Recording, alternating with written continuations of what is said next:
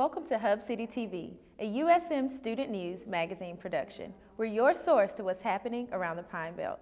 I'm your host, Jazmyne Butler.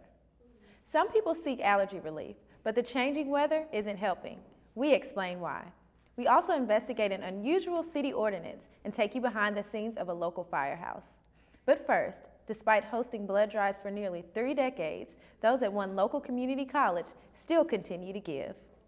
Blood has to come from people like you and myself that care enough about giving the gift of life. At Jones County Junior College, students, faculty and staff, and community members donate life during a 3-day blood drive event. The school has hosted drives for over 2 decades, and students are always happy to help. I just always like to give blood because I've got plenty of it, and there's people that need it more than I do. Blood drives held at JCJC are not only convenient to students, but it also prepares them. We do have a lot of health care programs, and that orients the student into being a little bit more active in helping patients before they even get to the patients in the healthcare setting. The school hosts 4 blood drives a year. This fall, the goal is to reach 420 units and exceed the amount, just as last year. The last drive was somewhere around 400 units, and we wound up with more like 540 units. To donate, requirements are necessary. You have to be at least 16 years of age. You have to show some form of identification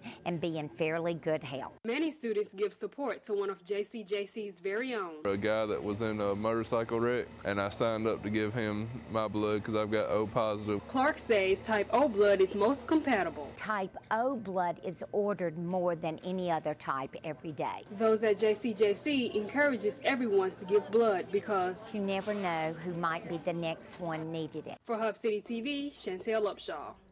The Center for Disease Control ranks Mississippi as the 6th highest state with reported HIV cases. Some local activists hope to lower that ranking.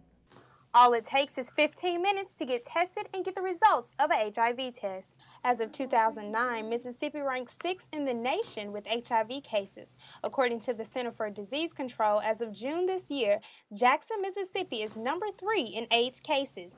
Tanya Green, Director of Social Services at Hattiesburg Family Health Center, talks about prevention. A person can prevent HIV by, first of all, knowing their status to see if they're HIV positive, that will only result in a person being tested. Secondly, a person will need to engage in protected sexual activity to prevent the transfer of the virus from person to person. Green says talking about the matter will help make people more aware. It's okay to talk about it. It's okay to talk about sex because that's where the virus is mostly transmitted. Vanessa Hassel, peer educator of Hattiesburg Family Health Center, is one of 2 counselors for people who test positive for HIV. I mostly focus on the women and the young ladies that we have that come in because you see them, they're weak, because it changes their whole world. Hattiesburg Family Health Center doesn't want HIV to stop you. HIV is not a death sentence. It's considered a chronic illness that is managed through medications.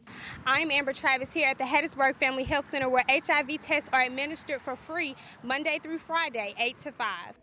With the cooler temperatures, you might think allergy season is over. You'd be wrong. For many, it's just the beginning. Reporter Chantel Upshaw explains.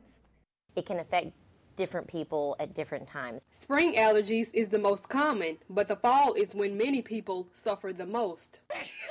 About 20% of the Americans typically suffer from allergies, about 1 in 5. Allergies is an abnormal response of the immune system. It is also an over-response to something in nature. So the pollen enters your system and a chemical in your body reacts to that pollen and it generates something called histamine. Histamine is a chemical that your body produces when you're having an allergic reaction. Here is a list of some allergy symptoms. Itchy, watery eyes, sneezing, moderate to severe congestion, runny nose, headache. Be careful not to confuse allergy symptoms with a common cold. If your symptoms reoccur around the same time each year, Threed says it's likely you're suffering from allergies. For some sufferers, she says, medication can help. Claritin, Zyrtec, Allegra, and then the decongestant version of those. Threed says medication does not help all allergy sufferers in the same manner. What works for you may not work for someone else.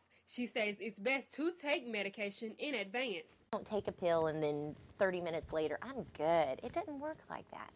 It's much more effective if you take these in advance. Be sure to contact your physician to get the right medication for you. For Hub City TV, Chantel Upshaw. After the break, reporter Leslie Nash gives us a look into the life of a service dog. Stick around.